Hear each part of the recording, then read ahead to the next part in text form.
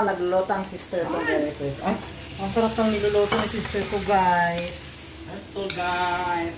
Send ko nga sa iyo yung ano. Sayang guys, nagluluto na yung sister ko. Ano yan, sis? Calderetang corned. Sana all. Send mo sa akin. I-send ko sa iyo.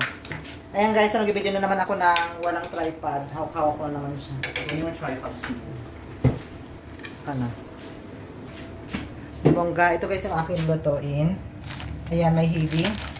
Ano siya, yung repolyo, then may ano ito. Green peppers, then red pepper.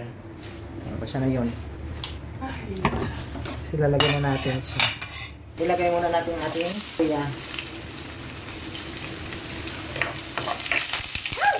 Ano ba yan? Sarap, ang niluto ang sister ko. Corned beef. Corned beef, ano nga yung sis? Calderetang Corned beef. Tapos ang luto ko naman is, ano ba to? Ginisa lang. Maripulyo na may ano, may ano yun? Green peppers ba yan sis? Red pepper? Ano ba tawag yan? Capsicum. Oh, siya na yun.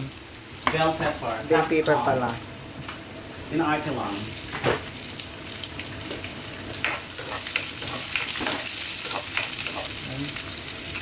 Ayan guys, ilalagay natin itong hibi.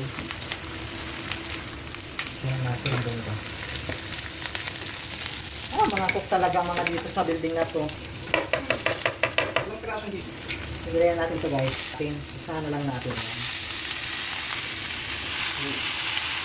Yan, para din ako mag-raway sa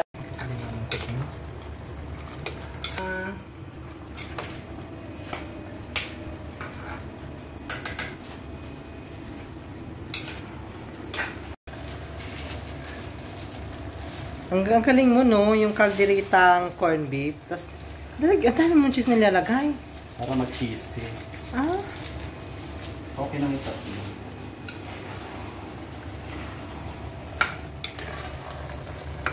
Nilagay ko nga lang yan sa loob eh.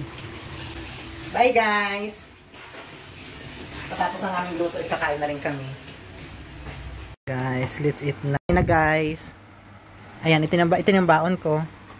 At ito yung tinalaman ng laing guys. Shukran Allah. Parang medyo, naglamig na pala siya. Dami natin ulam. Sige, papasimot. Ayan. Kain muna kami guys. Sarap sis. Panalo pa rin yung laing.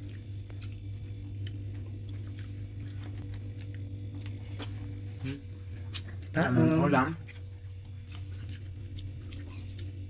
Actually, itong timpla to ang gusto ko. Kaso nga lang, kinokontrol ko yung sarili ko. Mga ganitong timpla lahat gusto ko nito. Di ba sabi nga ni Jilo, maalo din sa alat.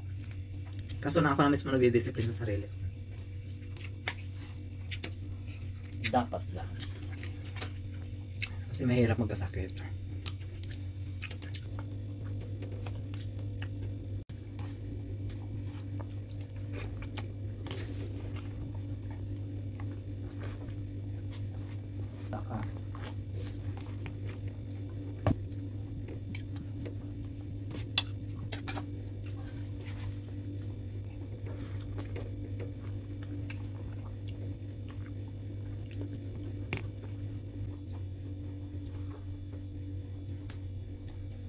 Guys, kain muna kami guys ha.